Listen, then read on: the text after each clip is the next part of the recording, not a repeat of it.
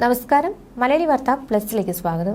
Indian മഹാസമുദ്രത്തിലും ആക്രമണം അഴിച്ചുവിടുന്നത് പതിവാവുകയാണ്. ചെങ്കടലിലും Indian മഹാസമുദ്രത്തിലുമായി 3 കപ്പലുകൾക്ക് നേരെയാണ് വീണ്ടും ആക്രമണം നടത്തിയിരിക്കുന്നതെന്ന് ഹൂതി ഗ്രൂപ്പിന്റെ സൈനിക വക്താവ് അറിയിച്ചു.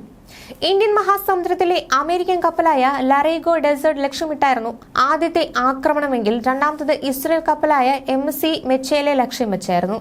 ചെങ്കടലിലാണ് മൂന്നാമത്തെ ആക്രമണം നടത്തിയത്. മിനർവ ലിസ എന്ന കപ്പലിന് നേരെയായിരുന്നു ആക്രമണം. ഹൂതികൾ നടത്തുന്ന അൽ മസീറ ടിവിയിൽ സംപ്രേഷണം ചെയ്ത പരിപാടിയിലാണ് വക്താവ് യഹ്യ സാരിയ ഇക്കാര്യം അറിയിച്ചത്. ചെങ്കടലിൽ ഗ്രീക്ക് ഉടമസ്ഥതയിലുള്ള ട്രാൻസ്വേർഡ് നാവിഗേഷൻ എന്ന കപ്പലിന് നേരെയാണ് ഹൂതികൾ ആക്രമണം നടത്തിയത്. ആളില്ലാത്ത ബോട്ട് ഉപയോഗിച്ച് കപ്പലിൽ നേരിട്ട് ഇടിച്ചു കയറ്റുകയായിരുന്നു. സ്ലോട്ട് സെക്യൂയാണ് ഇന്ത്യൻ മഹാസമുദ്രത്തിൽ ആക്രമിക്കപ്പെട്ട കപ്പൽ. ക്രൂയിസ് മിസൈലുകൾ ഉപയോഗിച്ചായിരുന്നു ആക്രമണം. അധിനിവേശ ഫലസ്തീനിലെ തുറമുഖങ്ങളിൽ പ്രവേശിക്കുന്നതിനുള്ള നിരോധനം ലംഘിച്ചതാണ് ആക്രമണത്തിന് വഴിവെച്ചതെന്ന് ഹൂതി വക്താവ് അറിയിച്ചു. ഹൂതി ആക്രമണം US മിലിറ്ററി സെൻട്രൽ കമാൻഡും സ്ഥിരീകരിച്ചു. ഗാസയിൽ ഇസ്രയേൽ ആക്രമണം ആരംഭിച്ച കഴിഞ്ഞ നവംബർ മുതലാണ് ഫലസ്തീനെ പിന്തുണ അറിയിച്ച് യമനിലെ ഹൂതികൾ ആക്രമണം ആരംഭിച്ചത്. ഡ്രോണുകളും മിസൈലുകളും ഉപയോഗിച്ചായിരുന്നു ആക്രമണങ്ങൾ.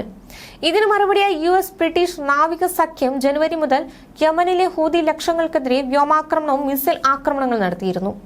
എന്നാൽ USന്റെയും ബ്രിട്ടന്റെയും വാണിജ്യ കപ്പലുകളും നാവികസേനയും ഉൾപ്പെടുത്തി ഹൂതി ആക്രമണങ്ങൾ വിപുലീകരിക്കുന്നതിലേക്ക് കാര്യങ്ങൾ നീങ്ങി. മെഡിറ്ററേനിയൻ കടലിൽ പോലും ഇസ്രയേലി തുറമുഖങ്ങളിലേക്ക് പോകുന്ന ഏത് കപ്പലിനും ആക്രമിക്കുമെന്ന് ഹൂതികൾ നിലപാടെടുത്തു. ആക്രമണങ്ങൾ ചരക്ക് കടത്തുകാരെ ദക്ഷിണാഫ്രിക്കയ്ക്ക് ചുറ്റുമുള്ള ദൈർഘ്യമേറിയതും ചെലവേറിയതുമായ യാത്രകളെ ആശ്രയിക്കാൻ നിർബന്ധിതരാക്കിയിരിക്കുകയാണ്. വാണിജ്യ കപ്പലുകൾ ആക്രമിക്കാനുള്ള ഹൂതികളെ ശേഷിയെ തകർക്കാൻ ലോകത്ത് വൻ ശക്തികൾക്ക് സാധിച്ചില്ല എന്നതുകൂടിയാണ് പുതിയ സംഭവവികാസങ്ങൾ സൂചിപ്പിക്കുന്നത്. ഗാസയിൽ ഇസ്രയേൽ തുടർന്ന് ഏകപക്ഷീയമായ ആക്രമണങ്ങൾ അവസാനിപ്പിക്കണമെന്നാണ് ഹൂതികളുടെ പ്രധാന ആവശ്യം. ഗാസയിൽ വെടിനിർത്തൽ പ്രഖ്യാപിക്കുകയാണ് ചെങ്കടലിൽ ആക്രമണങ്ങൾ അവസാനിപ്പിക്കാനുള്ള പോംവഴിയെന്നും ഹൂതികൾ മുന്നറിയിപ്പ് നൽകിയിരുന്നു. 32 കിലോമീറ്റർ വീതിയുള്ള അപകടകരമായ ബാബൽ മന്ദാബ് എന്ന കടലിടുക്കിലൂടെ സഞ്ചരിക്കുന്ന കപ്പലുകളെയായിരുന്നു ഹൂതികൾ പ്രധാനമായും ലക്ഷ്യമിട്ടിരുന്നത്. ഡ്രോണുകളും മിസൈലുകളും അതിവേഗ ബോട്ടുകൾ, ഹെലികോപ്റ്ററുകൾ എന്നിവ ഉപയോഗിച്ചാണ് വിവിധ ഘട്ടങ്ങളിലായി ഇവർ ആക്രമണം നടത്തിയിരുന്നത്. വിവിധ രാജ്യങ്ങളിലേക്കുള്ള ചരക്കുകൾ, എണ്ണ, ദ്രവീകരണ, പ്രകൃതിവാതകം എന്നിവയുടെ കയറ്റുമതിക്കുള്ള പ്രധാന പാതയാണ് ചെങ്കടൽ. ഹൂതി ആക്രമണത്തെ തുടർന്ന് പല കപ്പലുകളും ചെങ്കടൽ വഴിയുള്ള കയറ്റുമതി നിർത്തിവച്ചിരിക്കുകയാണ്. കേപ്പ് ഓഫ് ഗുഡ് ഹോപ്പ് വഴി പോകുന്ന ബദൽ റൂട്ടാണ് പല കപ്പലുകളും തിരഞ്ഞെടുക്കുന്നത്.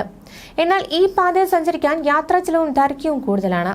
അതിനിടെ റാഫയ്ക്ക് ചുറ്റുമുള്ള അൽ മവാസി സേഫ് സോണിലെ 10 ക്യാമ്പിന് ചുറ്റും ഇസ്രയേൽ ടാങ്കുകൾ നിലയുറപ്പിച്ചു.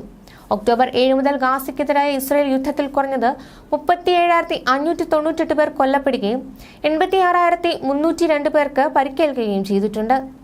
ഹമാസിന്റെ നേതൃത്വത്തിലുള്ള ആക്രമണങ്ങളിൽ ഇസ്രയേൽ മരിച്ചവരുടെ എണ്ണം 1139 ആണ്. ഇപ്പോഴും ബന്ദികളെ മോചിപ്പിക്കുന്ന കാര്യത്തിൽ അനിശ്ചിതത്വം തുടരുകയാണ്. മലയാളി വാർത്ത plus, like, share and subscribe.